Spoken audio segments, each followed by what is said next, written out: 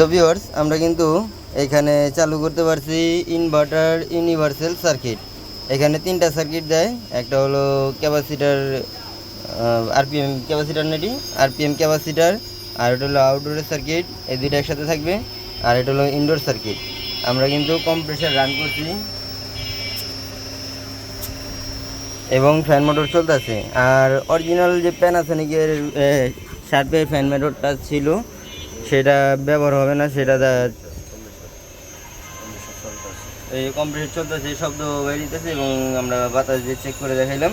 আর এটা হলো শার্পের fan motor. এই ফ্যান মোটরটা এখানে কানেকশন করেছিলাম। ফ্যান মোটর এটা চলে নাই, এটা চলে নাই, কিন্তু এখানে বিকল্প আর একটা ফ্যান মোটর আমরা রান করছি। তো যদি কখনো এই ধরনের প্রবলেম পান, আপনারা ফ্যান মোটরটি চেঞ্জ করে দেবেন অবশ্যই। আর আউটডোরে যে ফ্যান মোটর কানেকশনটা, সেটা আপনাদের 5 তারের ডিসি হতে হবে, তাছাড়া কিন্তু আপনারা এই আউটডোর সার্কিটটি কানেক্ট করতে পারবেন না।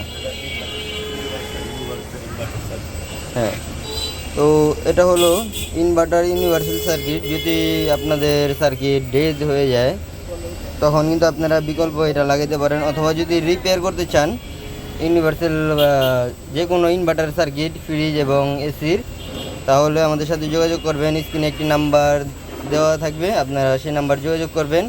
এটা হলো মারুফ ভাইয়ের নাম্বার, ফরিদাবাদ মাদ্রাসার সামনে আইসা এই নাম্বারে ফোন দিলে হবে। আপনারা যে কোনো সার্কিটের প্রবলেম সমাধান করতে পারবেন, ইনভার্টার নন ইনভার্টার। এবং আপনাদের দেখাচ্ছি তার দোকানের ঠিকানাটা কীভাবে আসতে হবে।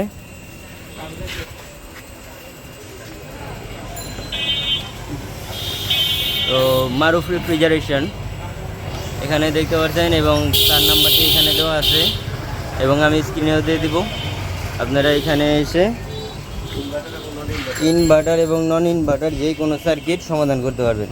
তো উনি কিন্তু আমাকে আজকে একটি ইউনিভার্সাল সার্কিট ফিটিং করে দেখাইলো যে কীভাবে লাইন করতে হয়। এটা হলো ইনভার্টার ইউনিভার্সাল সার্কিট। এটি কিন্তু বর্তমানে বাংলাদেশে অ্যাভেলেবেল না, কিছু কিছু জায়গায় পাওয়া যায়। তো আমি ওনার কাছে নিয়ে আসছি, ওনার কাছে নিয়ে আসছি, উনি কানেক্ট করে দিয়েছে। যদি আপনাদের প্রয়োজন হয় আমাদের সাথে যোগাযোগ করবেন, আমরা এই সার্কিটটি আপনাদেরকে দিতে পারবো। তো এই ছিল আজকের ভিডিওটি ভালো লাগলে লাইক করবেন, চ্যানেলটি সাবস্ক্রাইব করে সাথে থাকবেন।